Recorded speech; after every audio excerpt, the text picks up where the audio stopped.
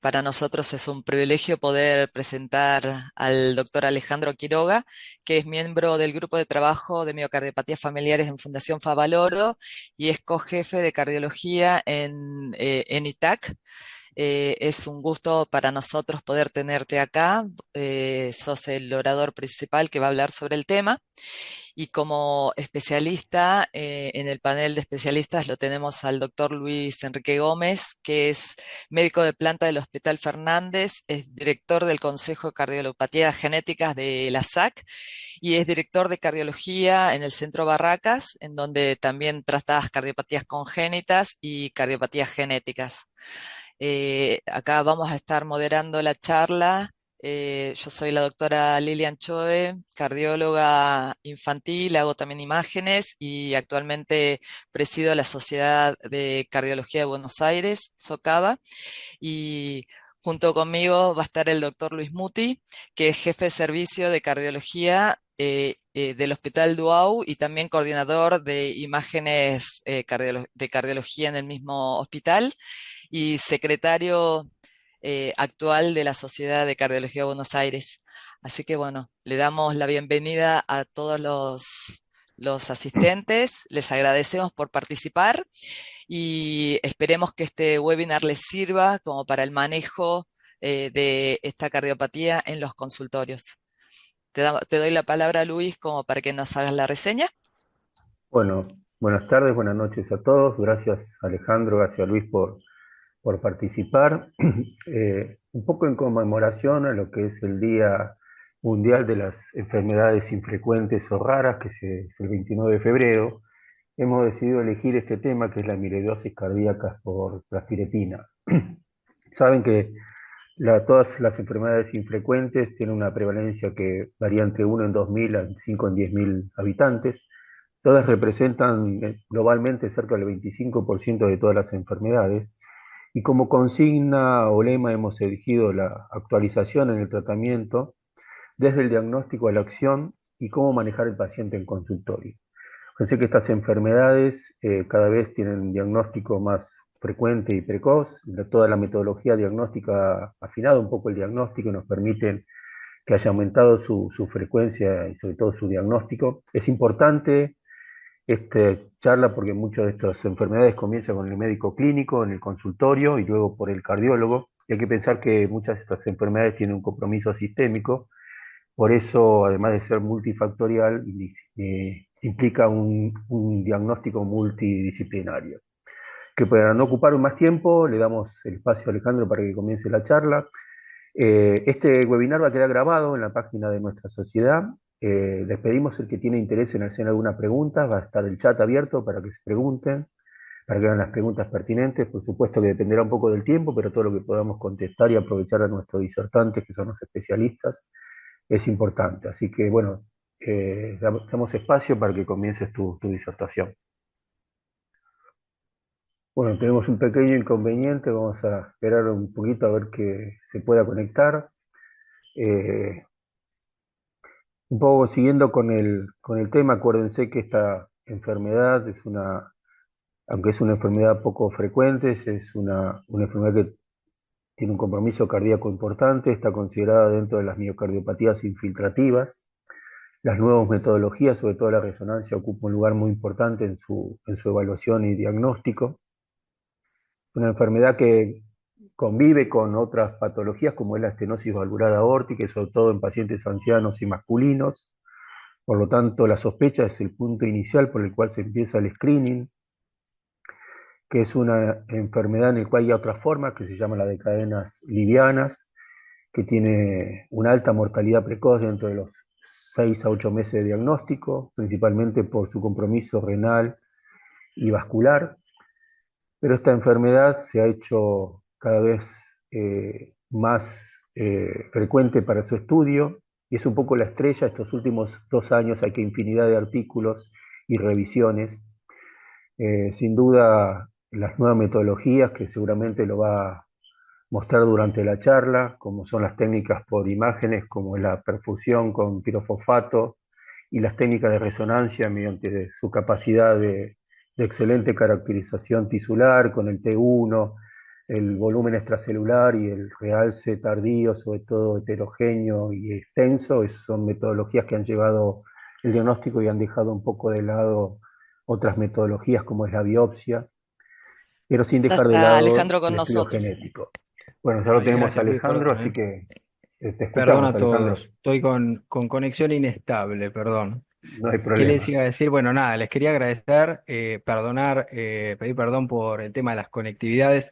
La voy a dar con cámara apagada para que ande un poquitito mejor y aprovechar. Y bueno, cualquier cosa me detiene. La idea de esta charla es, como decían los chicos, que les sirva a todos, así que se saquen las dudas y les sirva a los que nos acompañan en este horario que sabemos que es difícil.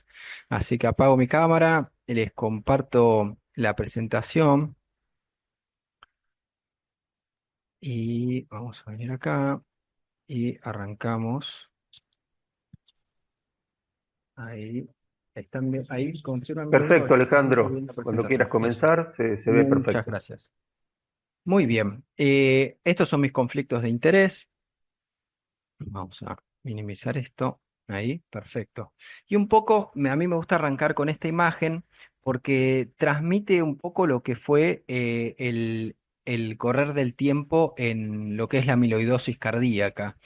Nosotros hemos transitado ya cierto periodo en lo que es esta enfermedad, ya no es tan nueva, y por ahí en una época, que es lo que ven a la izquierda de su pantalla, esta enfermedad estaba destinado a lo que es una enfermedad que, ¿para qué servía pensarla? ¿Para qué servía diagnosticarla? Si yo no voy a hacer nada, no tengo tratamientos, es un diagnóstico que es agresivo para el paciente, lo pongo en riesgo y no me va a cambiar en nada.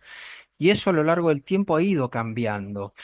Se ha charlado en otras charlas de la sociedad, pero más o menos, para resumirlo, han sido dos los eventos que más han cambiado el curso de esta enfermedad. Y eso fueron la posibilidad de hacer un diagnóstico no invasivo de 2016 en adelante, usando el centellograma y el laboratorio para descartar una gamapatía monoclonal, y de 2019 adelante la posibilidad de darle tratamiento a estos pacientes. Entonces eso fue haciendo que el plano vaya cambiando, que el terreno se ponga más fértil, que cambie el color y que uno a futuro pueda vislumbrar algo diferente, tanto para el médico, para el manejo de la enfermedad, como para el paciente en lo que respecta lo que es los tratamientos y el pronóstico. Entonces vamos a charlar un poquitito de eso. Brevemente para repasar, porque el objetivo de hoy es hablar de la actualidad del seguimiento y del tratamiento, pero uno parte de cuando está sentado en el consultorio, de lo que es la sospecha clínica. Entonces, cuando estamos sentados en el consultorio, ¿en qué paciente tenemos que prender la alarma, la lamparita? En ese paciente que viene con el aumento de los espesores y que a ese aumento cardinal lo acompañan síntomas como lo es la insuficiencia cardíaca, conocido bandera roja de la enfermedad.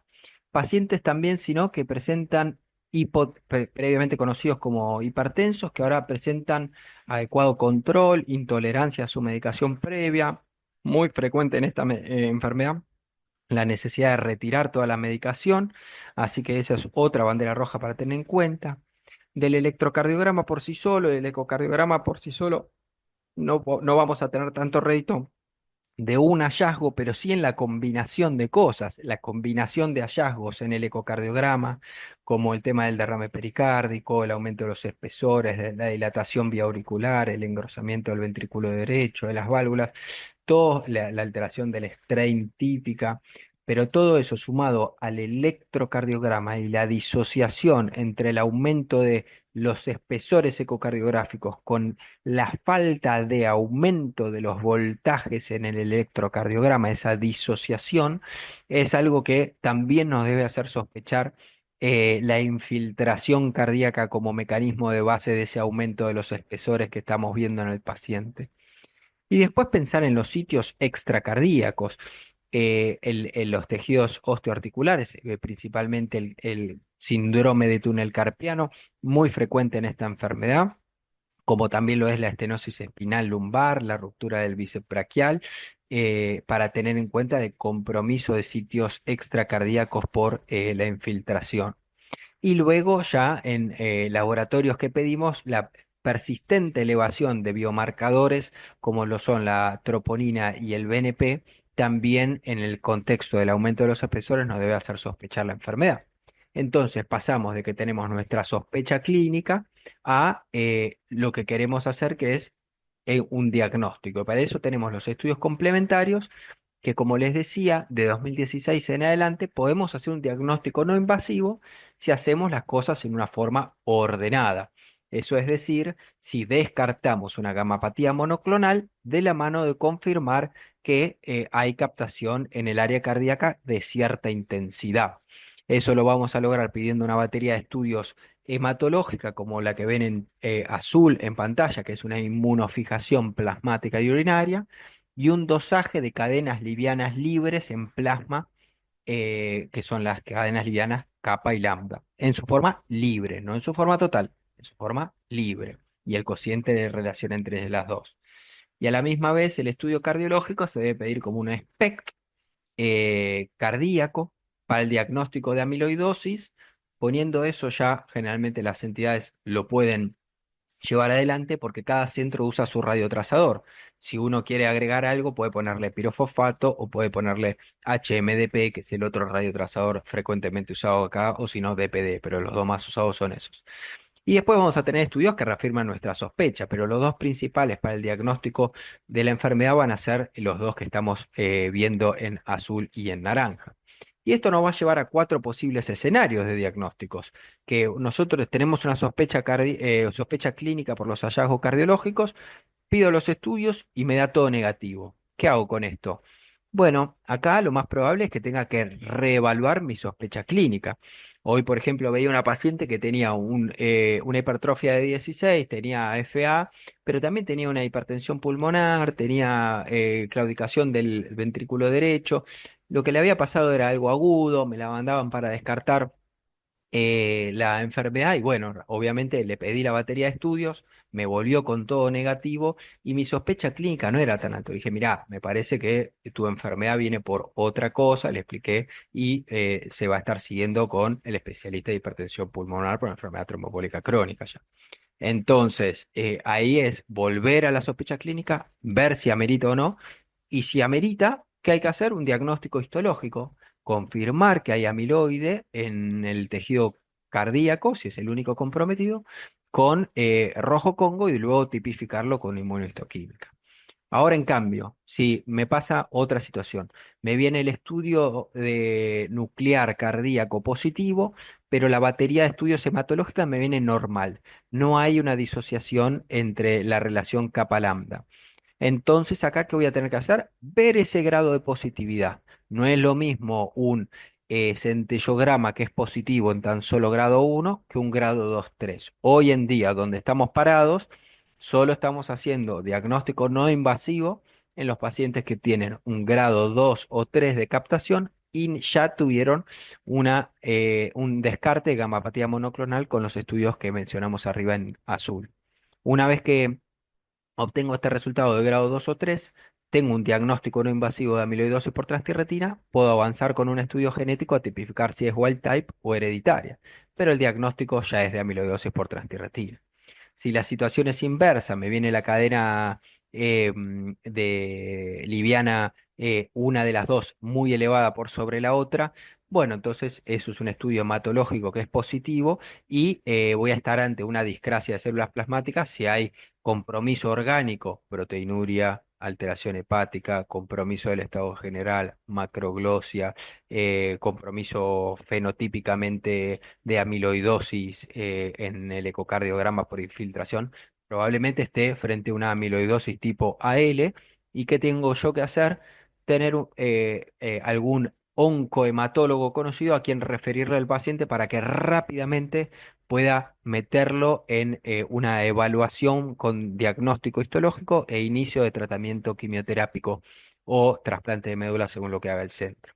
Y si la situación es que viene todo positivo, no voy a tener diagnóstico no invasivo y voy a tener que recurrir sí o sí a una biopsia para poder avanzar con los tratamientos y discriminar qué tipo es. Entonces, ahora sí, nos metemos en lo que es seguimiento. Del seguimiento, como decíamos, teníamos la amiloidosis por cadenas livianas y la amiloidosis por transtirretina. Nosotros vamos a estar hablando de lo que está marcado en rojo, que es la amiloidosis por transtirretina. Entonces, ¿cómo hacemos el seguimiento? Bueno, primero tenemos que estadificar el paciente en la primera visita que tengamos para ver en dónde está parado ese paciente comparado con el resto de los pacientes. Entonces tenemos tres sistemas de estadificación. Tenemos el sistema, el primero que apareció de la clínica Mayo, que lo que usa son los biomarcadores, daño miocárdico a la troponina, de congestión el NT-proBNP, puntos de corte específicos, y con eso eh, dividimos en estadio 1 cuando no hay ningún alterado, estadio 2 cuando hay un alterado y estadio 3, que es lo que vemos en este lado de la pantalla, que tenemos diferentes sobrevidas a lo largo del tiempo con cada estadio. En la parte central de la pantalla tenemos lo que usan en Londres, en el National Amyloid Center, y este es el sistema de estadificación que más se está adoptando hoy en día, por lo menos para el seguimiento de pacientes, que es el uso de la creatinina y el clearance de creatinina calculado por MDRD, y el parámetro congestión, que es con el mismo nivel de punto de corte que en el de la clínica Mayo, y lo mismo, estadio 1, estadio 2, estadio 3, estadio 1 cuando los dos son normales, estadio 2 cuando hay uno alterado y estadio 3 cuando los dos están alterados, y las respectivas sobrevidas para cada estadio, que es bastante parecido para los dos. Y el más completo y el último en ser publicado es el de Columbia, que lo que hace es que se monta sobre el score de la Clínica Mayo o el de la NAC y le agrega la dosis que tiene el paciente ajustada al peso del paciente y la clase funcional del paciente. Y con esto logra también dividir los pacientes en tres estratos, diferenciando eh, los pronósticos de los pacientes. Se acumula muy buen pronóstico en la primera parte de la población y se distribuye mejor la población, no quedan tan acumulados en el estadio 1 y estadio 2 como sucede en los otros tres. Esto es lo que vemos acá, este es el de la Clínica Mayo, vemos acá lo bien que discrimina la población en tres, digamos, el que estadio 1, que es el más bajo, con menor mortalidad, el estadio 2 en celeste y el estadio 3 en violeta, que son los que más eventos tienen, y lo mismo con el de la NAC, que esto es ahora al revés, la sobrevida, no los eventos. Tenemos arriba el estadio 1, que no tiene ninguno de los dos parámetros alterados, el estadio 2, el estadio 3, muy buena discriminación de la población en cuanto a su pronóstico. Y el último parámetro, que no es tan aplicado, pero es más completo, tiene mejor distribución de la población en cuanto a cuántos caen en cada estadio, pero es un poquito más difícil de aplicar, pero también muy buena capacidad de discriminación de la población en sí. Y de estos tres es importante saber cuál nos sirve para lo que es el seguimiento. Y eso es lo que, porque eso lo hacemos cuando viene el paciente en el primer momento. Entonces, la pregunta es, ¿me sirve esto para la siguiente consulta o al año o controlarlo a los 2 años? Y esa es la pregunta que se hicieron en el National Amyloid Center en Londres, y lo que hicieron es seguir a los pacientes durante cierto tiempo y después de evaluar 316 pacientes, lo que terminaron teniendo, de los 945 que tenían al principio, en el seguimiento al final, vieron qué pasaba con los pacientes que cambiaban su estadificación de la NAC, esa que veíamos en el medio de la pantalla. Y bueno, la verdad es que cambiar un grado de estadificación tenía mucho peor pronóstico que mantenerte en el mismo. Así que esto, si bien suena lógico, valida el score como para decir, esto lo puedo hacer no solo al principio para estadificación, sino en el seguimiento para el control de los pacientes. Eso es como los vamos siguiendo con los biomarcadores, a la misma vez en performance en test de la caminata y control de arritmias con el Holter. Pero ahora nos metemos en lo que íbamos a charlar, que es el tema del tratamiento. Y cuando hablamos de tratamiento tenemos actuales o futuros. De los tratamientos actuales tenemos que dividir lo que es el tratamiento de sostén de la enfermedad de lo que es el tratamiento de la enfermedad de base en sí. Y de lo que es el tratamiento de sostén a la cabeza vamos a tener el tema de lo que es los diuréticos. Esto es lo que el paciente más nos va a agradecer. El adecuado uso de los diuréticos. A la cabeza obviamente va a estar la furosemida. Y la verdad es que ahora les voy a mostrar un gráfico, que este gráfico es un estudio que se publicó en 2023 que hablaba de qué medicaciones se tenían que suspender en los pacientes con amiloidosis. tenemos los beta bloqueantes, los IECARA-2 y los antagonistas de mineralocorticoides. En gris y de color celeste están los que se reducían o suspendían la medicación. Así que tenemos que los que más se suspendían en los IECA ARA2 y después los beta bloqueantes y los que menos los antagonistas mineralocorticoides. Entonces, esto es un poco porque el efecto diurético que tienen, y ese es el primer tip de manejo práctico que les puedo dar. Estos pacientes hacen recurrente congestión derecha y la verdad es que lo que uno tiene que tratar de evitar es la internación, porque generalmente son internaciones que se terminan alargando, se terminan sobreinfectando y eso lleva a la muerte. Entonces, evitar una internación es lo más importante. Y lo que más me ha ayudado es cuando el paciente viene con la congestión, no empecinarme tanto en aumentarle demasiado no ser tan insistente con la furosemida, sino por lo que ya tiene, sí darle un esquema de ataque agresivo. Por ejemplo, muchas veces cuando están muy congestivos les hago 3 a 5 días de furosemida, 2 comprimidos a la mañana, 2 al mediodía, 2 a las 16 horas, o incluso 3 3 3 y 3. Eso durante 3 días o 5 días, según el grado de congestión que tenga, pero lo que más rédito me da es hacer un bloqueo secuencial tubular renal, agregarle otro agente diurético para que acompañe ese efecto de la furosemida.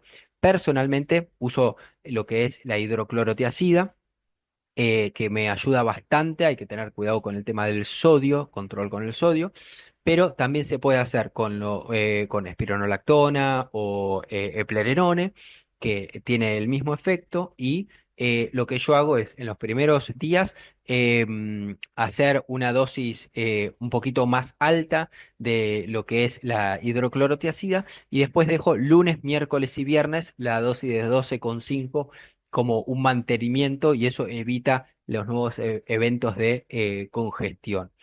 Y hoy en día hay señales de que son beneficiosos el uso de, por ejemplo, dapagliflozina. No hay estudios comparativos aleatorizados, randomizados, digamos, para certeramente decir que son beneficiosos, pero hay subestudios en población de pacientes retrospectivas que hablan de que son beneficiosos, y mecanísticamente vendría a ser como una suerte de bloqueo secuencial tubular renal por actuar de una manera diferente y ayudar con la congestión.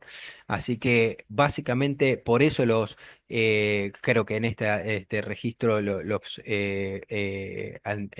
antagonistas mineralocorticoides fueron los que menos se redujeron porque son los más útiles, y los beta bloqueantes sí tuvieron un beneficio en la sobrevida en los pacientes que tenían fe reducida, pero esto es, recordemos, un subestudio, no es un aleatorizado, porque generalmente los pacientes no los toleran, y los más suspendidos después de los IECA arados, como muestra el gráfico, son los beta bloqueantes, y ese es el otro concepto. Que los pacientes, si bien vienen con el tratamiento completo para la insuficiencia cardíaca, muchas veces los pacientes se sienten pinchados, desganados, no se sienten ellos mismos, y la verdad es que tienen presiones muy, muy bajas, 90, 60, 80, incluso de sistólica. Entonces lo que terminamos haciendo, como muestra el gráfico, es la suspensión de la medicación, empezando por los IECARA-2, y luego se va suspendiendo el resto si el paciente no mejora, incluso a veces llegando a necesitar fluorocortisona. Pero bueno. La verdad es que de lo que es tratamiento de insuficiencia cardíaca terminamos, si el paciente la tolera, se la dejamos; si el paciente no lo tolera, empezamos la retirada. De lo que es la fibrilación auricular, la anticoagulación siempre, aún incluso se postula, esto no está todavía determinado, en ritmo sinusal con la velocidad de onda reducida. La dioxina en un momento era como un cuco, que no, que sí, que no, como había pasado con la insuficiencia cardíaca. Yo creo que lo que yo la uso, y lo que más sirve es el uso adecuado. Empezar siempre con la dosis más baja posible, tenerle paciencia e ir poniéndola de a poquito, y siempre teniendo en cuenta la función renal. De lo que es cardiodesfibrilador, no hay muchos datos publicados. Los pacientes con amiloidosis que más choques apropiados tienen en el implante de cardiodesfibrilador son los pacientes que tienen el otro tipo de amiloidosis, que es la amiloidosis tipo AL. En esos pacientes, ante las TB no sostenidas y demás, la implante CDI en prevención primaria es muy efectivo porque son los que más eventos tienen. Eso es así. Pero esto es otra enfermedad. Esto es amiloidosis por transtirretina. Estos pacientes tienen TB no sostenida en los Holters y la verdad es que no tenemos todavía bien determinado cuál es el paciente que se va a beneficiar del implante del cardiodefibrilador. En prevención primaria, claro está, ¿no? En prevención secundaria no hay duda. Y lo que es marcapasos, eso es súper frecuente en la enfermedad. Algunos lo hacen más anticipado, algunos lo hacen más sobre el final de la enfermedad, marcando ya cuando va a empezar las internaciones de vuelta. Y muy importante el control con Holter cada 6 meses, porque si no le estamos atrás, uno se entera ya con el síncope o incluso el evento en la casa. Y ahora pasando a lo que es el tratamiento de la enfermedad de base. Vamos a tener que esto, a ver, siempre que vemos una amiloidosis, recordar que son dos tipos, cuando hay compromiso cardíaco, descartamos la amiloidosis AL con las dos baterías de estudios, si tiene AL o tiene duda, lo derivamos al oncohematólogo para que haga su tratamiento adecuado, y cuando estamos con un diagnóstico confirmado de amiloidosis por transtirretina, vamos a tener varios tratamientos que están disponibles o que están por salir. Esto es un poco la historia natural de la transtirretina, que no quiero complicarlo, pero quiero dividirlo en tres. Podemos dividir la pantalla en lo que está del lado izquierdo, que es la parte del hígado, el medio, que es la circulación plasmática de la transtirretina, y lo que está del lado derecho, que es la acumulación en los tejidos afectados, por así decirlo. Hablemos del corazón principalmente. Entonces, eh, vamos a poder actuar a nivel hepático, bajando la producción a nivel de los silenciadores de la transcripción, que es el patisiran y el inotersen, que son medicaciones viejas que se usaban en lo que es la amiloidosis familiar. Neurológica, y hoy en día esos eran endovenosos, se reversionaron, se actualizaron a medicaciones subcutáneas, que son el vutrisiran y el eplontersen. Los vamos a charlar un poquitito más adelante.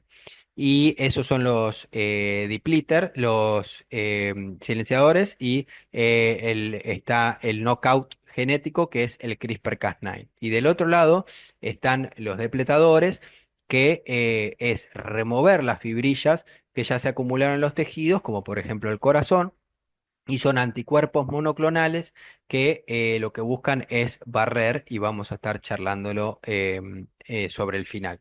Y en el medio tenemos la acción que podemos tener sobre la circulación plasmática de la transtirretina, que es este tetrámero, que tiene el sitio de acción de la unión de la tiroxina en esta parte, que cuando uno pone una molécula ahí, el tetrámero se estabiliza y no se desagrega en los dímeros o monómeros, que son los que terminan haciendo las fibrillas. Y ahí es que tenemos el diflunisal y el tafamidis, y lo que antes era el AG10, que es el acoramidis. Y entonces, cuando vamos a las guías y vemos, bueno, ¿a quién le tengo que indicar el tratamiento? Bueno, cuando tenemos una amiloidosis que tiene compromiso cardíaco, ya sea wild type o hereditario, con compromiso cardíaco, lo que está autorizado hoy en día es el uso de tafamidis. Solamente cuando hay neuropatías está autorizado patisiran y notersen, y es en ciertos estadios de la enfermedad nada más. ¿Y qué está aprobado en nuestro territorio? Bueno, tenemos de 2014 para neurología aprobado tafamidis de 20 miligramos. Desde el 2020 tenemos el uso de tafamidis en cardiopatía, y desde 2024 tenemos el uso de tafamidis en su dosis máxima de 80 miligramos, que es la que se probó que es útil para la cardiopatía. Entonces, hablando de lo que son los estabilizadores, hablamos tanto de tafamidis porque este es la molécula que tiene su estudio inicial en ese 2018, que después se autoriza en 2019, que es el que hace que empiece a estudiarse todo más y se diagnostique más a los pacientes. Entonces, este estudio, que es el estudio ATTRACT, ¿qué es lo que hizo? Lo que hizo fue evaluar pacientes que tenían amiloidosis cardíaca, en esa época eran diagnóstico con biopsia, y que tenían antecedentes de insuficiencia cardíaca, que son los pacientes que vemos habitualmente con este diagnóstico. Y entonces se los randomizaba a tratamiento en dos dosis, ahora vamos a charlar un poquitito de eso, o a placebo. Y lo que vio el estudio es que después de 30 meses de seguimiento, después de los 18 meses, había una separación de las curvas de sobrevida para mortalidad en forma aislada y era una diferencia estadísticamente significativa al final del seguimiento. Entonces, con esto decimos que lo que hace el Tafamidis es mejorar la sobrevida, reducir la mortalidad de los pacientes. Y se hizo un subestudio que lo que buscaba ver era si era efectivo en los variantes, en las clases funcionales más avanzadas o más tempranas, o las dos dosis que se habían probado. Y la verdad es que era útil en todos los subestudios que se hicieron. Se hizo un estudio de extensión más allá de los 30 meses, el doble del tiempo, y ahí se vio que la de 80 tenía beneficio porque obviamente estabiliza más cantidad de pacientes la dosis alta que la dosis baja, que era la que se usaba en neurología, y por eso se pasaron todos los pacientes a lo que es la dosis alta. ¿Y cuándo es lo mejor para el paciente? Bueno, cuando antes empieza el tratamiento, mejor es para el paciente. Acá vemos lo que es la evolutividad de los pacientes para mortalidad según la clase funcional, en clase funcional 1, en clase funcional 2 o en clase funcional 3, y la reducción de eventos en clase funcional es mucho mayor en los pacientes que están en etapas tempranas que los pacientes que están en etapas intermedias o más avanzadas, porque esto lo que viene a hacer es estabilizar la enfermedad, le pone un freno. Si ya ha pasado mucho tiempo, en esto no podemos hacer mucho. Así que obviamente que la disminución de mortalidad del 16% no es despreciable, pero claramente cuanto antes llegamos al paciente, mejor le vamos a estar haciendo. Y recordemos también que los pacientes que estaban en clase funcional 4 no estaban randomizados en este estudio, así que tenemos solo los pacientes que están de 1 a 3, no los que estaban internados. Muy bien. Esto, la reducción de estos eventos da un número necesario a tratar de 8 pacientes en los 30 meses que veíamos para prevenir una muerte, un evento de muerte, de mortalidad en forma aislada. Para ponerlo esto es un NNT que es bajo. Para ponerlo en contexto del resto de las medicaciones que hay para el tratamiento de la insuficiencia cardíaca, fuera de lo que es amiloidosis, pero para compararlo con algo que tienen los pacientes, que es la insuficiencia cardíaca, los IECA en la insuficiencia cardíaca clásica, en pacientes seleccionados más enfermos, esto era pacientes con un episodio de insuficiencia cardíaca y nada más, en pacientes selectos 18, los ARA2 24, los beta bloqueantes en pacientes enfermos, dirigidos, deterioro de la función, grado severo, 8. Antagonistas mineralocorticoides, 15. Los dispositivos, 14. Y bueno, sacubitrilo, 21. Y si es contra placebo en vez de contra comparador activo, 11. Pero bueno, 21 es lo que correspondería. Em, Así que nada, 8 es un número bajo. Con 8 que tratamos, uno de ellos a 30 meses le hemos mejorado la sobrevida. Después, de lo que es pregunta frecuente, bueno, pero ¿qué pasa? Estos pacientes son añosos. ¿Qué pasa con los octogenarios? Entonces hicieron un subestudio de los pacientes en los 30 meses y en la extensión de estos pacientes que tenían más de 80. Y lo que vieron es que había una estadística, una diferencia estadística que era numéricamente visible por las curvas, que se mantenía a lo largo del tiempo, que la curva pendiente que tenían los pacientes que estaban en placebo se aplanaba cuando los pasaban a tratamiento. Recordemos que en la fase de extensión los pasaban a todos a tratamiento por el tema ético. Entonces, a partir de acá se empieza a aplanar la curva que caía más en picada a partir de los 18 meses. Pero bueno, al final del estudio de extensión, solo una tendencia para la diferencia de mortalidad en forma aislada, no una diferencia estadísticamente significativa, pero bueno, esto es un subestudio, le falta N, no tenían tanta población mayor de 80, así que esto se sigue estudiando en la extensión. Y después, ¿qué sí es significativa, estadísticamente significativo de diferencia? La calidad de vida en los octogenarios. Marcada diferencia en el score de Kansas City y en el test de caminata, y después solamente la tendencia para mortalidad.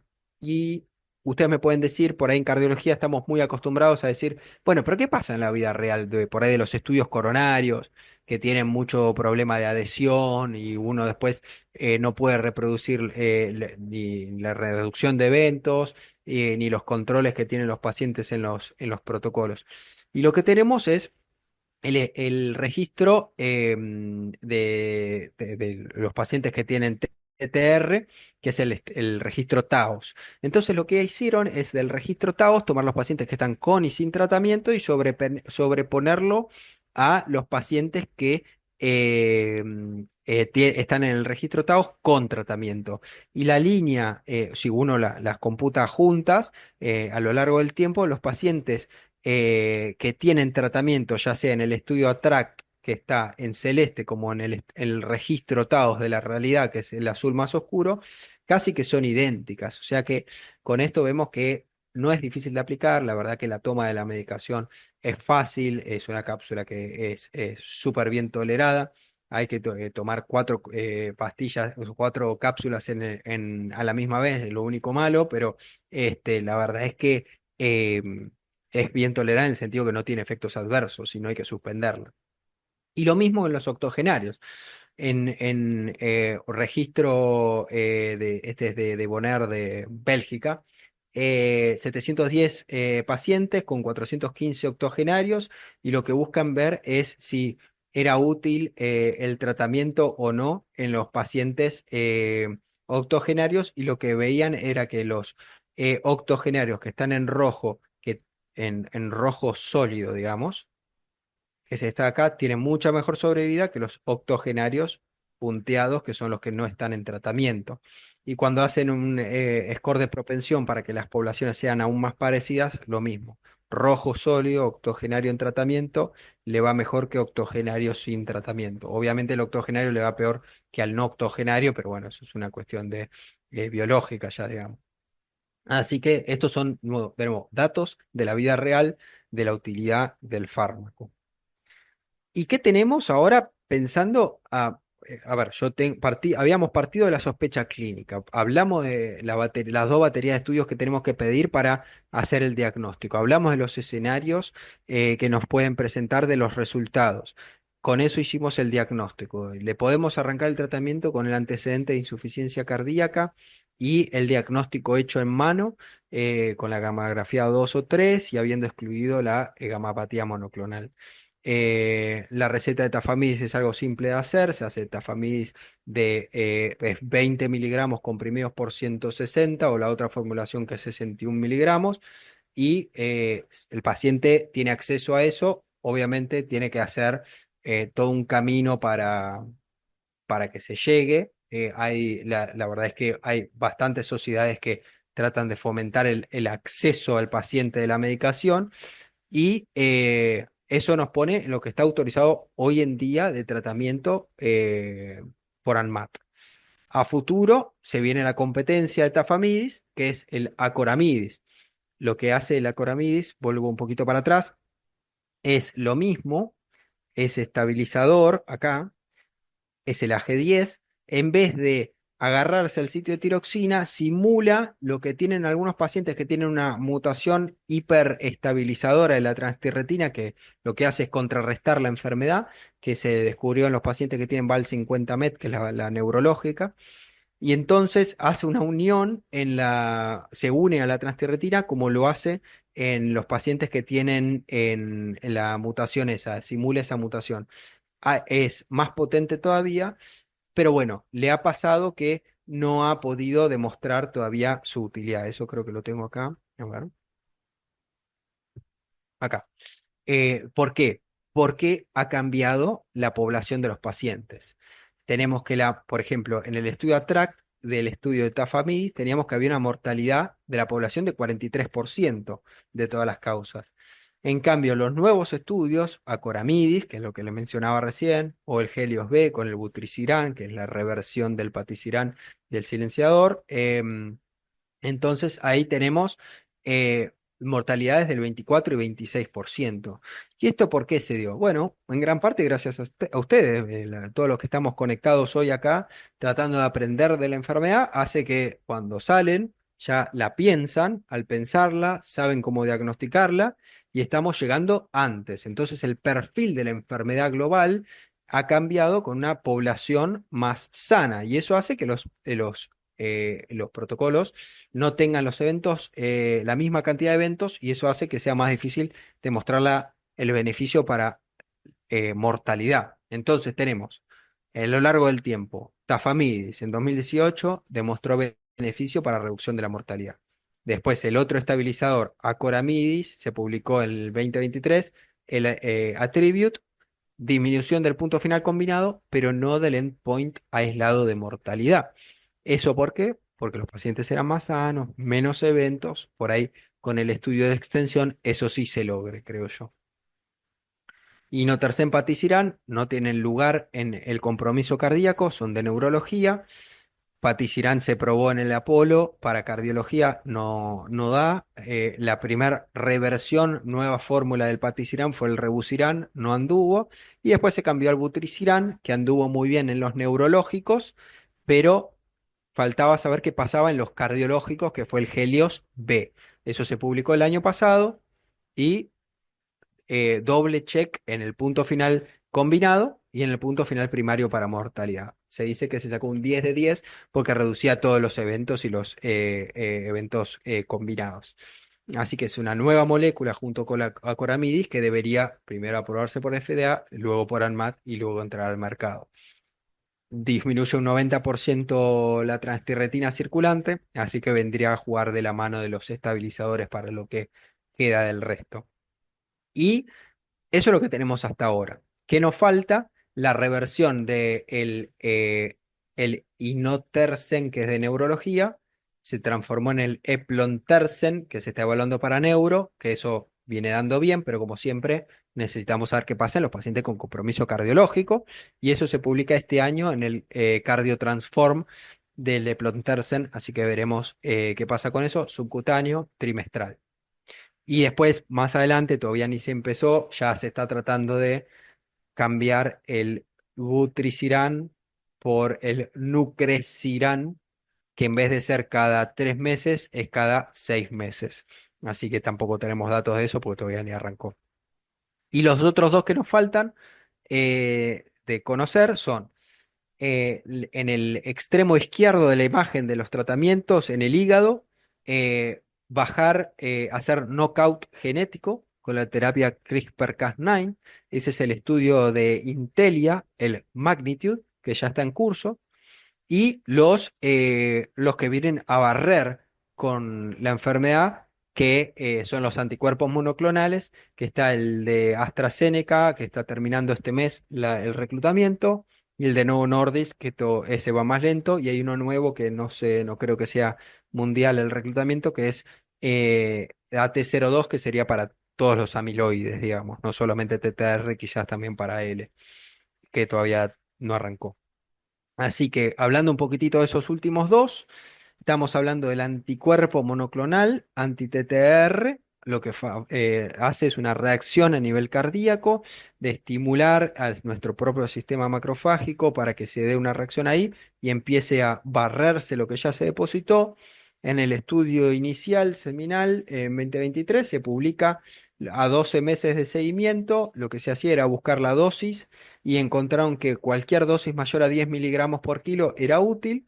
¿Y qué se hacía? Acá lo que vemos en pantalla, arriba a la izquierda, es el paciente antes de arrancar, una centellografía ósea con captación cardíaca grado 3 comparado contra la costilla, más que la costilla.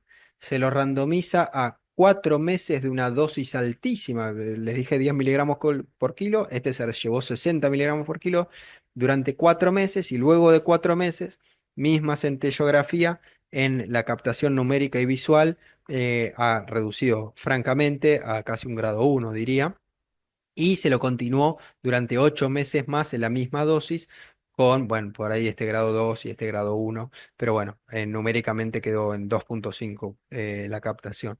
Así que esto es lo que viene a ser, muy lindo, pero todavía no demostró que reduzca eventos clínicos. Eso es lo que busca hacer el estudio DEEP TTR, que termina su inclusión este mes. Y después, pacientes que estaban en placebo 4 meses, una dosis intermedia a la previa, pero mayor a 10 miligramos kilo, 8 meses de tratamiento y también barre con lo que se ha depositado. Pero bueno, hoy falta que esto le falta 3 años para adelante de que siga esto, porque si está terminando ahora le falta 2, 3 años de seguimiento para tener los eventos necesarios.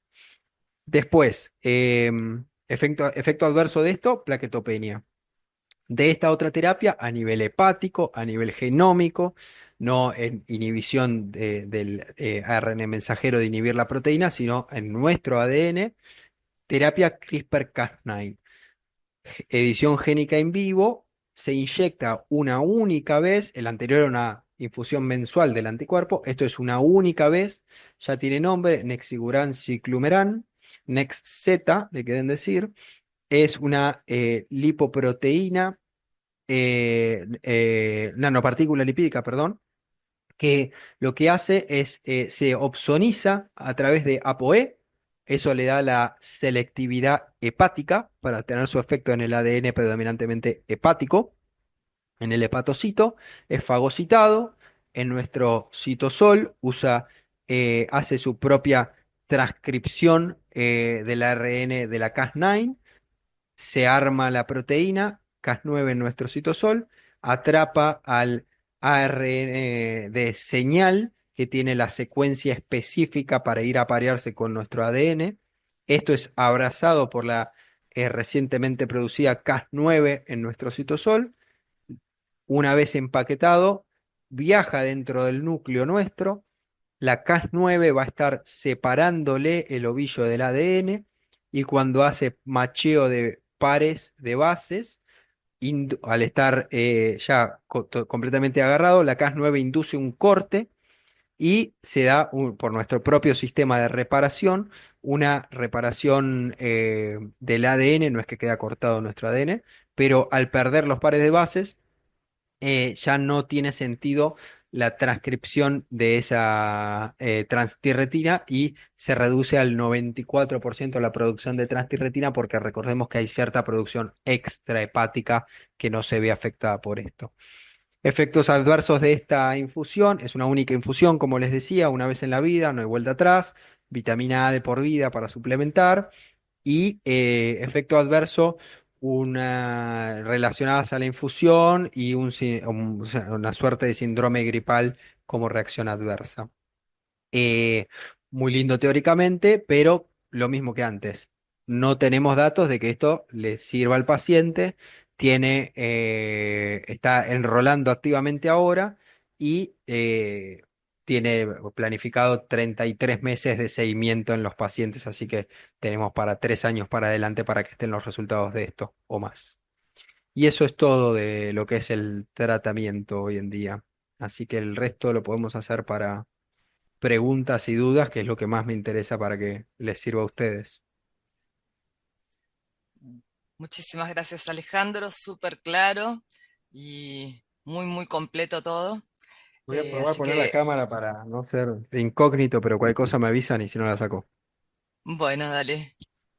Es eh, muy, muy buena la charla, muy completa.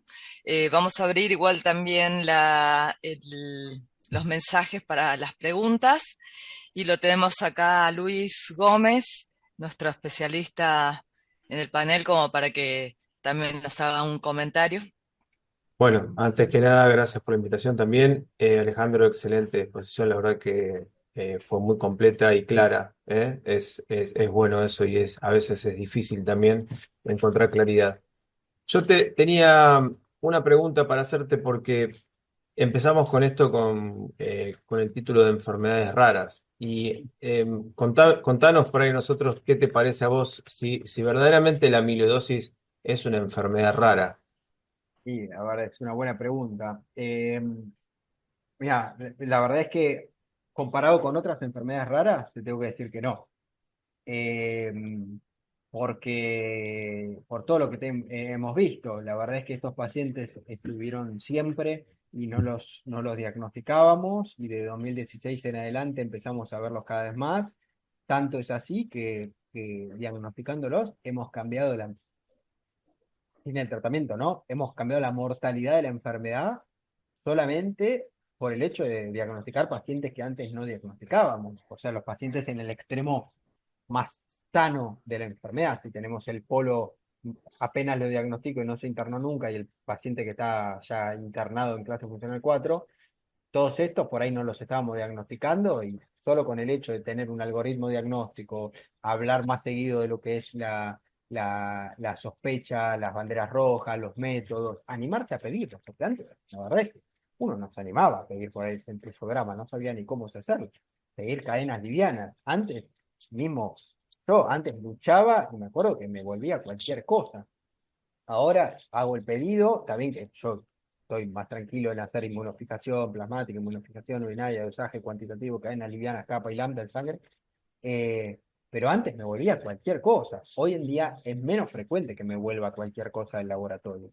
Y si me vuelve cualquier cosa, a veces es porque la obra social no lo autoriza, o cosas que ya están empezando a hacer la típica de patear para adelante y demás que vemos en nuestro medio, por así decirlo. Pero no, la verdad es que me parece que es un insulto a al resto de las enfermedades raras decirle que esta es rara, siendo que hay tantos pacientes que estamos encontrando que no lo conocíamos. Empezó como enfermedad rara porque no lo conocíamos nosotros. Claro. Y bueno, ahora hemos aprendido un montón. ¿Ustedes en tu equipo tienen alguna metodología de estrategia para el cribado de estos pacientes? Porque obviamente esto que nos contabas, que quizás no es tan rara, quizás hace que vos ya vayas a buscarlos directamente a estos pacientes. O sea, Sí, hay a una ver, estrategia de cribado? tenemos, es buena pregunta. Estrategia de cribado es en ecografía, en ecocardio, me los derivan a mí, eso ya lo tengo automatizado. Sospechas, si no tiene médico o es un diagnóstico incidental, digamos, lo derivan. Nosotros trabajamos con población de PAMI, hay muchos de esos de chequeate en casa de PAMI que vienen acá, entonces ahí se prende la alarma y termina con una derivación al consultorio. Y después lo que no tenemos instaurado es en el tamizaje de todas las TAVI y de todos las subpoblaciones, digamos, ¿no? Que esconden una buena proporción de pacientes en estenosis aórtica severa y síndrome de túnel carpiano. Eh, entonces, esos pacientes no tenemos activamente que los estudiemos a todos, pero sí una vez que pues, si están en evaluación para TAVI, cuando termina la TAVI, cuando salió todo bien, ahí me lo mandan. Y es más al final, no es algo tan en paralelo. Eh, y después lo que sí no hacemos es síndrome de túnel carpiano. Los que se operan con traumatología, tenemos que 10%, entre 8 y 10% tienen depósito de amiloide cuando se estudian a todos los que se operan de tenosynovio.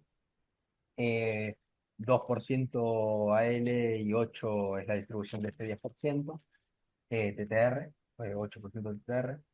Pero bueno, se anticipa en 5 años a la enfermedad cardíaca.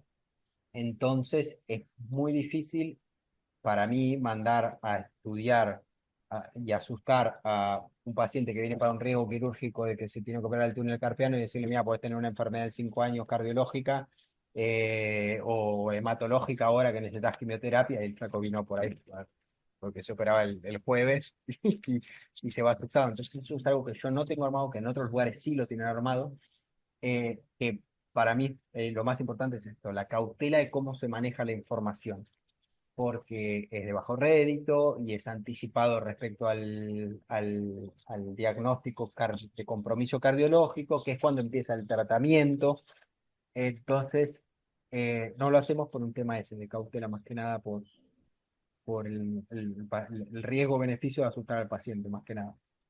Pero es una subpoblación en la cual se puede hacer lo que vos decís, de derivaciones. Perfecto. Alejandro, yo te quiero hacer una pregunta más y así ya dejo de hacer preguntas, pero hablaste muy bien de todo el tratamiento, incluso con una línea del tiempo que muy pertinente con cada uno eh, de los tratamientos icónicos en la amiloidosis. ¿Qué pensás vos acerca del tratamiento? Porque nos expusiste muy bien el tema de los silenciadores, los estabilizadores y los removedores de amiloide. ¿Vos tenés alguna percepción quizás en algún tratamiento o terapéutica dual o las experiencias en alguno de los trabajos que nos fuiste comentando de que... Y a ver, eso es buenísimo porque es el futuro, ese es realmente el futuro, ver cómo se van a conjugar estos tratamientos que todavía no los tenemos aprobados por las entidades regulatorias, pero sí. A ver, acá está la realidad de lo que pide las regulaciones es que reduzcan eventos para su autorización, que es beneficioso y demás, que tenga algún beneficio para el paciente. Y acá la verdad es que en la línea temporal del paciente sano y el paciente enfermo, tenemos que los protocolos eligen a los enfermos, porque quieren los eventos y quieren demostrar disminuir los eventos. Lo ideal hubiese sido que tengamos comparativos no contra placebo, sino contra tratamientos, compararlo contra tafamidis, compararlo contra el butiricirán, pero bueno, la verdad es que se están reinventando todas todo el tiempo, entonces es difícil ponerlo como comparación cabeza a cabeza, pero sí, yo creo que todo va a terminar en algún tipo de combinación, ya sea un estabilizador para el paciente que detectás al principio o en el medio, lo estabilizás y cuando ya se te escapó, o lo estabilizás o lo silenciás o le haces knockout del gen, pero al que ya está más avanzado en el tiempo, lo tenés que volver a las etapas anteriores con un anticuerpo. Me parece que esa va a ser la magia, va a depender del costo, de lo que autorice la entidad, lo que autorice la regulación, pero me parece que va a ser una pelea entre noquear el gen versus el subcutáneo cada 3 o 6 meses para bajar el 90% de la TTR versus el estabilizador por boca como el tafamidis o el acoramidis, eh, y ahí lo congelas en el tiempo y ves si necesitas o no devolverlo para atrás con el anticuerpo. Me parece que va a jugar por ahí cómo se van a distribuir los tratamientos combinados. Obviamente yo creo que no vamos a tener comparadores cabeza a cabeza porque va a terminar siendo artesanal eh, por un largo tiempo. Pero bueno, primero necesitamos saber si esto que te digo del anticuerpo y volverte para atrás es real o no. Así que nos faltan 3 años del seguimiento y ver cómo le va a los pacientes que se hacen bloqueo genético, cómo le va en el seguimiento. Los silenciadores del butiricina, la verdad que le ha ido muy bien y cada 3 meses era súper conveniente, si lo hacen cada 6 meses, yo creo que también. Eh, Así que va a haber que esperar. Yo creo que sí, va a ser tratamiento combinado y dependiendo de eso, de qué tan avanzado está el paciente en la línea temporal de la enfermedad. Sí. Y te hago una pregunta, Alejandro, con respecto a eso, al avance de la enfermedad. ¿Hay algún criterio de exclusión para iniciar el tratamiento con tafamidis, por ejemplo, en los pacientes que están muy avanzados? Sí. Ahora, no Este, teniendo ningún tipo de otro tratamiento autorizado por ahora. No, sí, los clases funcional 4 es fútil porque primero no estaban incluidos eh, y no les vas a ofrecer nada. La verdad que el recurso que les estás dando no les va a dar mejoría, no les va a dar mejoría ni sintomática. No te digo de inmortalidad, ¿no? Sintomática Mm. porque toma 6 meses para que haya diferencia de calidad de vida y eso es en los pacientes más bien sanos. Entonces en ese sentido sí sería fútil el clase funcional 4. Después hay algunos lugares donde se toma un punto de corte arbitrario por edad, pero la verdad es que hasta los 90 se randomizan a los pacientes tanto en el ATRAC como en los del anticuerpo y el CRISPR-Cas9 de edición génica en el hepatocito. Así que básicamente yo por edad no pongo el punto de corte, a no ser que tenga una limitante biológica, que el paciente está postrado por alguna otra causa, tiene mucho deterioro por otro tipo de enfermedad, me dio más por la clase funcional y el estado biológico en sí que por el número de la edad. Perfecto. ¿Y utilizás algún método diagnóstico como para ir viendo la respuesta al tratamiento? Sí, yo les pido anualmente el test de caminata y les explico que es para compararse contra ellos mismos. Lo normal, eso sí veo que no es lo mismo que los estudios. En los estudios lo normal es que el paciente decaiga porque es lo normal de envejecimiento. Acá no sé por qué tengo el paciente que camina más. No sé si lo hacen diferente, lo hicieron mal o qué, pero bueno, la verdad es que veo frecuentemente que hay pacientes que año a año caminan más metros. Pero bueno, el test de caminata, el eco, pero ahí no busco que haya mucho cambio. Troponina BNP, creatinina para hacer el score de National Amyloid Center, que es el que veíamos en el medio. Yo también hago el de la Mayo con troponina y BNP y veo si van cambiando de estadios, si se van cambiando, ahí le voy prestando más atención, por ahí lo cito un poco más seguido, veo si tiene episodios de insuficiencia cardíaca más seguidas, le aumento la dosis de furosemida semanal, lo sigo un poco más de cerca si viene progresando. Y es súper dispara, hay pacientes que tienen fe conservada, todo normal y anda por la vida como normal y tiene un BNP de 10.000 y no entendés por qué. Y otros que tienen deterioro severo de la función y andan con 600 de BNP, y cómo puede ser. Pero bueno, son cosas que pasan. El tema es controlarlo contra sí mismo a lo largo del tiempo. Perfecto. Muy bien. Súper interesante. No sé si alguien más quiere preguntar. ¿Podría hacerte una pregunta? Bueno, Alejandro o Luis. Eh, bueno, sin duda creo que por ahí estamos diagnosticando mal la amiloidosis a partir de que la sospechamos y hacemos más screening, sobre todo como dijiste previo a la TAVI, o los pacientes con estenosis aórtica y sobre todo que tienen hipertrofia y tienen disfunción diastólica o contracción preservada. Sin duda, como vos dijiste, según el último review de García Pavia, ¿no? Los pacientes que tienen serología negativa e imágenes negativas, ese es un grupo, aquellos que tienen serología positiva, imágenes positivas es otro grupo, pero a veces se plantea el tema en los grupos intermedios, en que el pirofosfato, por ahí, a pesar que tiene buena sensibilidad y especificidad, a veces no es un Perugini 2-3 y entonces te crea dudas. Sin duda el eco con la imagen típica del strain y la imagen en la bandera de Japón es típica, pero el tema es que si aporta algo más la resonancia con las Sí, a ver. características del volumen extracelular y si no debería ser un método más frecuente de screening.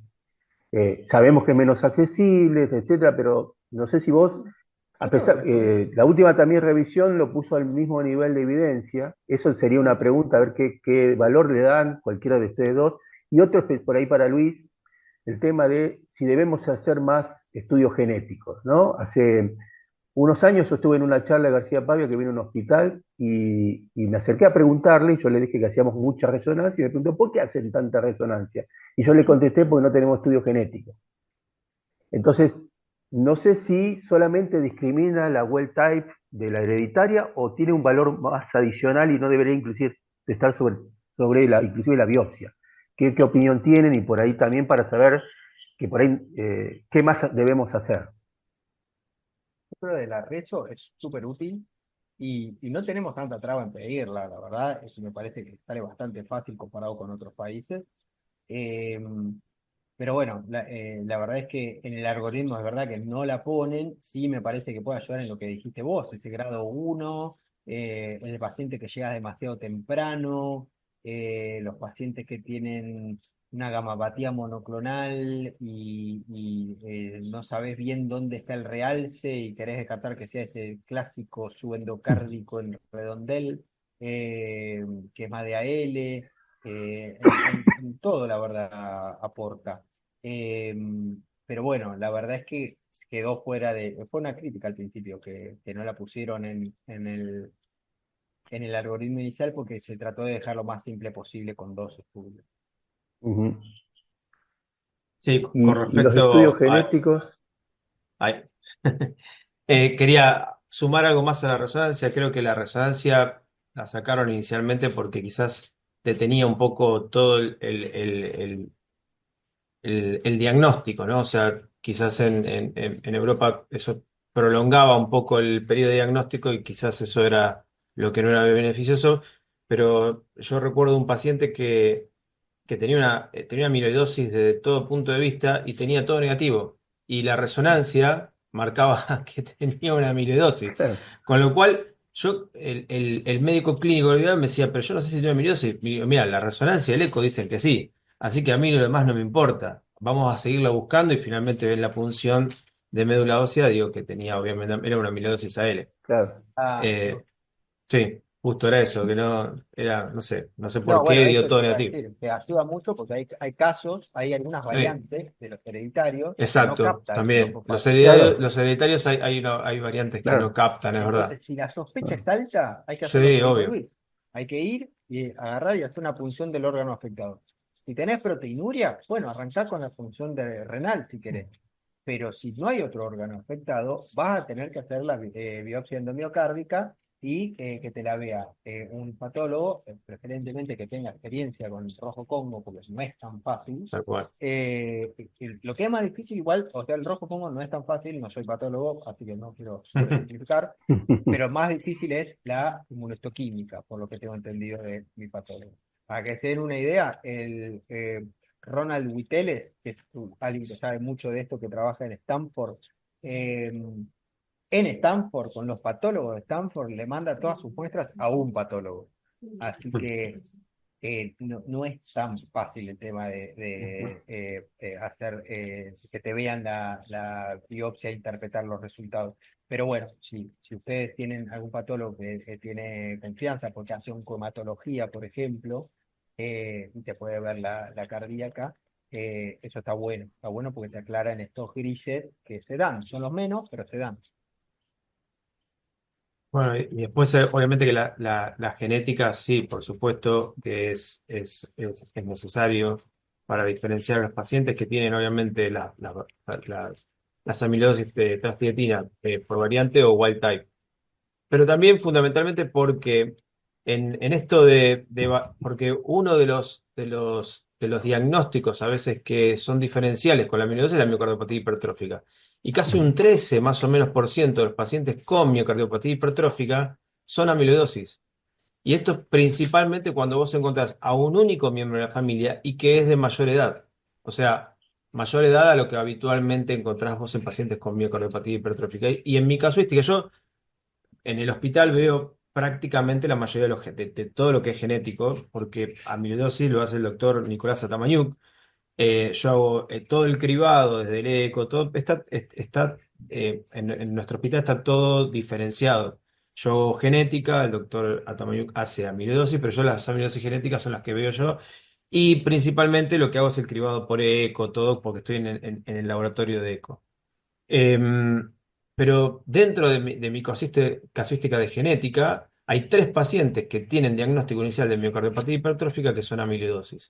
Entonces, es muy importante también siempre el estudio genético, pues si no encontrás una variante sarcomérica, que es lo más frecuente que vas a encontrar en una miocardiopatía hipertrófica de origen genético, pensemos que el rédito genético de una miocardiopatía hipertrófica es cerca del 50-60%, vas a tener un pool importante de pacientes que van a hacer amiloidosis, con lo cual es fundamental de donde lo veas, o con el paciente ya diagnosticado con amiloidosis, hacer la genética, o desde el consultorio de genética para diagnosticar al paciente que no es una miocardiopatía hipertrófica y es una amiloidosis porque ese paciente eh, puede ser un paciente obviamente candidato a tratamiento y a que tenga una mejor evolución porque quizás está en clase funcional 1. Sí, en este sentido es súper importante porque por todo, porque tiene una evolutividad diferente el de hereditario, porque progresa diferente y porque responden diferente y porque pueden tener una enfermedad completamente diferente que la parte neurológica, pero también por el tema de la familia que tiene que controlarse. En ese sentido, y aprovecho para agradecer, los chicos de Tutor, que se llama Maxi, que lo vi conectado, tienen un programa, si necesitan hacer el estudio genético, para que se haga en el hospital italiano. Así que hablen con su visitador de Tutor, que ellos, si tienen la sospecha de amiloidosis, hacen la secuenciación completa del gen en el italiano. Así que eso es súper útil y al paciente se ahorra un montón de plata y le es súper útil. Así que eso es algo que estamos haciendo ahora seguido y es buenísimo, la verdad que es fantástico, porque lo tenés en un mes. Y acá del auditorio preguntan si un paciente con sospecha de miocardio se realizó el centello y es grado 1, si debe solicitar igualmente cadenas livianas. Siempre. Mi consejo en nuestra práctica, para que te des una idea, en Estados Unidos el algoritmo pone primero la cadena liviana, para que no te pase eso.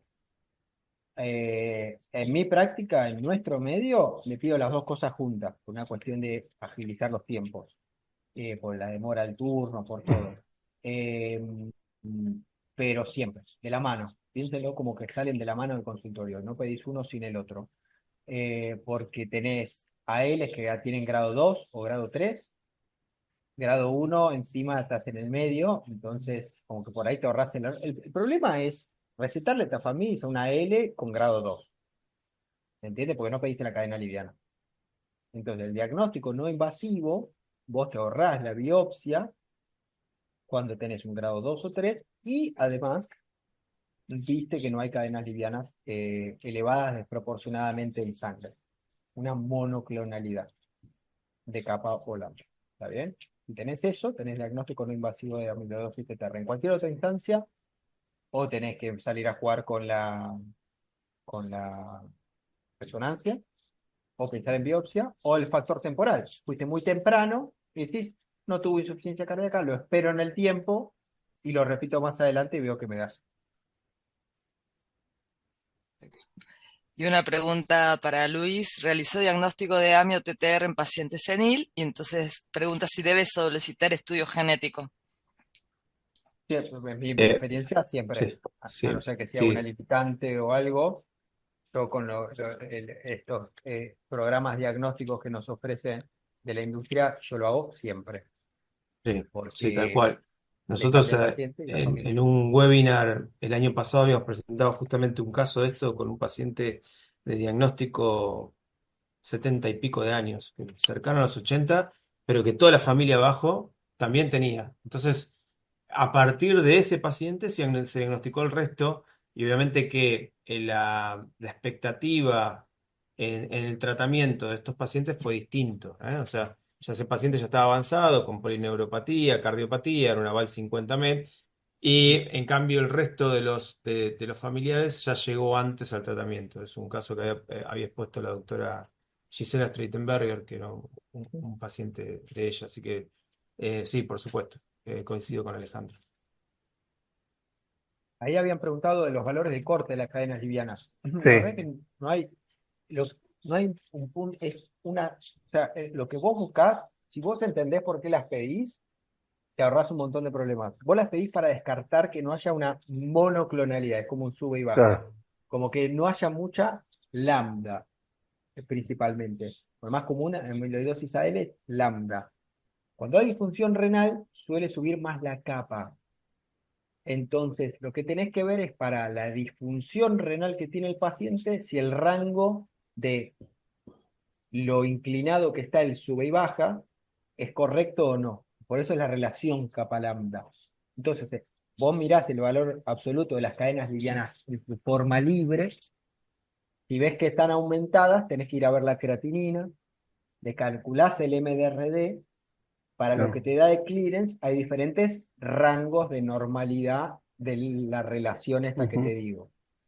Si es la relación es capa y lambda, lo más común con disfunción renal es que te aumente la capa. Entonces va a ser de 0,38 y va aumentando 1,6, 1,8, 3,1 y se va aumentando según se va deteriorando la función renal para ese lado. Pero no se mueve tanto para allá, porque no es tan frecuente que con disfunción renal se retenga la lambda que está abajo, que te hace la relación más chiquita.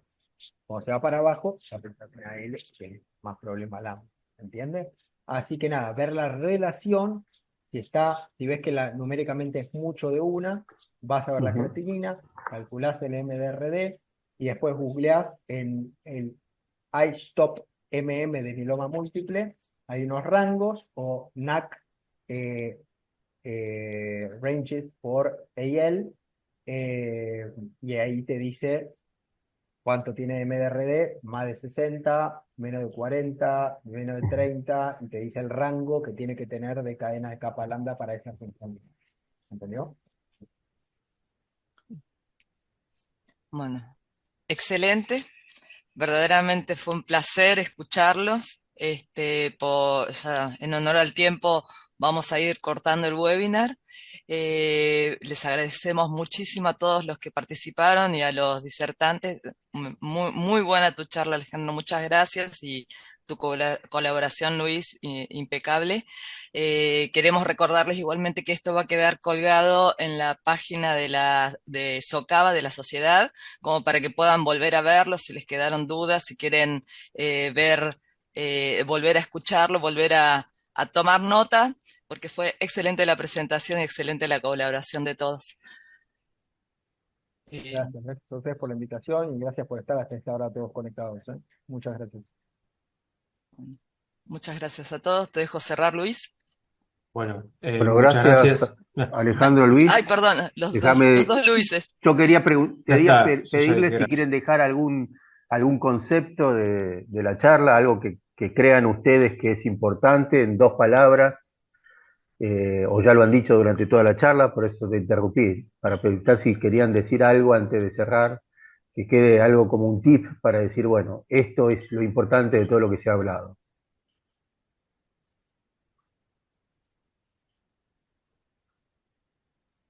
Amigo Alejandro. El que quiera. No, de mi Bueno, lado, pues, decilo sí. primero vos, Luis, así no te quemo. Y después digo yo. No, no, no, no, no, lo expuso todo muy bien Alejandro. Esto es obviamente todo lo que nos contó del cribado que hace, cómo ir a buscarlo. Estos pacientes hay que ir a buscarlos, hay que ir a encontrarlos.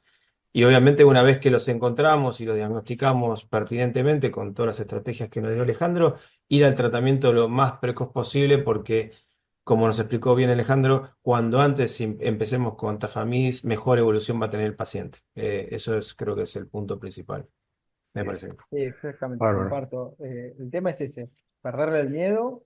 Tenemos diagnósticos tenemos métodos diagnósticos que están accesibles en nuestro medio, tenemos tratamientos que están accesibles en nuestro medio, eh, que son beneficiosos para los pacientes en el seguimiento. Así que no es necesario derivarlos con confianza. Si tuvo un episodio de insuficiencia cardíaca, lo pueden medicar. Los APM nos ayudan con el acceso al paciente por el tema de la parte que a veces hay que hacerle el amparo a PAMI, por ejemplo, y demás, para que se haga, le extiendan la medicación porque la tienen en Vademecum pero no la dan. Y eso ya está canalizado. Así que nada, animarse a hacerlo, porque la verdad es que cuanto antes llegamos, como dijo Luis, cuanto antes llegamos, más beneficio le estamos dando al paciente. Perfecto. Bueno, muy claro todo. Muchísimas gracias. Gracias por haber estado con nosotros y que tengan muy buenas noches. Buenas noches a todos, Saludos a gracias. todos. Buenas noches. Un Chao, buenas gusto. Chao, noches. hasta Nos luego. vemos. Chao, hasta luego.